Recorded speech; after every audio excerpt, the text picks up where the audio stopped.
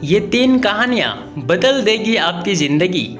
एक सफल हस्ती से किसी ने पूछा कि आपके गुरु कौन है, तो उन्होंने कहा कि मेरा कोई गुरु नहीं है, क्योंकि मैं हर दिन और हर पल सीखता हूँ। वह व्यक्ति नहीं माना और गुरु का नाम जानने की जिद करने लगा। उस हस्ती ने बहुत समझाया कि सीखने वाले के लिए हर परिस्थिति एक गुरु का कार्य करती है। वह जिद पर अड़ा रहा।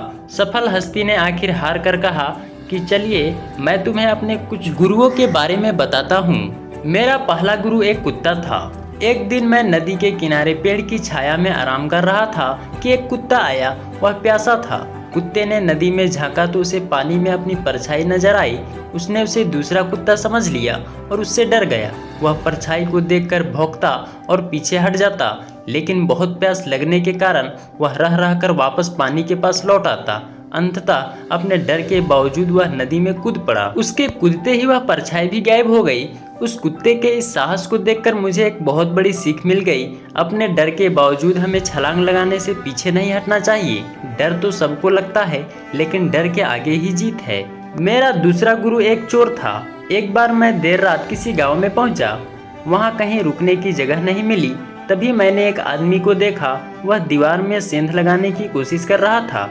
मैंने उसे ठहरने की जगह के बारे में पूछा। उसने कहा कि इस समय आपको कहीं आसरा नहीं मिलना मुश्किल होगा। मैं एक चोर हूँ और अगर मेरे साथ रहने में आपको कोई परेशानी नहीं है तो आप मेरे साथ रह सकते हैं। उसके साथ मैं 1 महीने तक रहा। वह कभी सफल होकर आता तो कभी असफल होकर।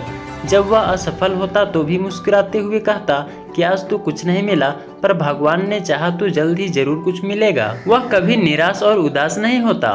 उस दिन के बाद जब भी मैं निराश होता तब अचानक मुझे उस चोर की याद आती। उसने मुझे जीवन का हर हाल में आनंद लेना सिखाया। मेरा तीसरा गुरु एक स्टूडेंट है।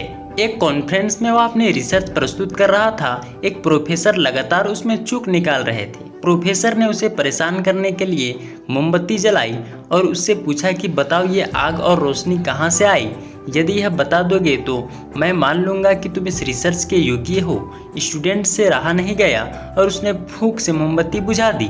अब उसने प्रोफेसर से विनम्रता से निवेदन किया कि आप मुझे यह बता दें कि ये आग और रोशनी कहाँ गई, तो मैं ये मान लूँगा कि आप सिखाने के योग्य है। प्रोफेसर को गलती का एहसास हुआ और उन्होंने स्वीकार किया कि वो सीखने के लिए तैयार नहीं थे।